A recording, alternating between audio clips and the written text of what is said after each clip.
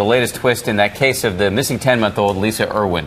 As this crisis now heads into day 6, the police say the baby's parents are now once again cooperating with the investigation. Now, this has been a tense, on-again, off-again relationship between the parents and the police. And ABC's Clayton Sendell is live for us in Kansas City this morning. Clayton, good morning to you. Good morning to you, Dan. There have been more than 250 leads in this case. Police say none of them have panned out. But there is that one positive development this morning. Baby Lisa's parents, who had been described as uncooperative, are again talking with police. 10-month-old baby Lisa's parents and police have made an apparent truce 48 hours after cops said this. Early this evening, they decided to stop cooperating with detectives. Jeremy Irwin and Deborah Bradley were back meeting with detectives and FBI agents. Thursday night, though, you said they were not cooperating. So is that changed now? Well, apparently they are. Yeah, we're sitting together and they're talking to our detectives right now, and that is absolutely the best thing. Investigators have seemed skeptical of baby Lisa's parents. They reported their daughter missing from her crib early Tuesday.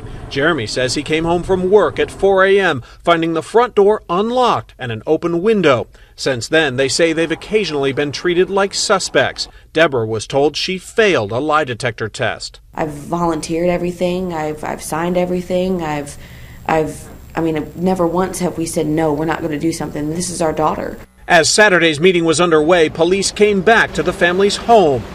Neighbors watching reporters, watching crime scene investigators, as they combed for any clue that might help solve an increasingly agonizing mystery. If it were a toddler, in the back of people's heads, there would be the remote yet crazy possibility that a child just walked away. But since it's a 10-month-old, there's no doubt somebody did something. And in hopes of generating more tips, volunteers will be back out today handing out flyers and T-shirts with Lisa's picture on them. The family is also working on setting up a reward fund. It's all about generating new information, Dan, and new leads that right now they just don't have. No leads, no suspects. They've been saying that for 6 days, and we've been saying all along that this case is baffling. Clayton, thank you. Let's bring in our GMA legal analyst now, Dan Abrams. Good morning. Thanks for coming in. What do you make of this on-again, off-again relationship between the parents and the police? Well, the fact that the police came out and said they're not cooperating anymore is a huge statement. Because, of course, everyone, when they hear that, presume, oh, my goodness. Makes the parents look good. Oh, my goodness, the parents must be involved in some way. So the authorities better have had a really good reason for saying that, meaning the relationship really must better have ended between them.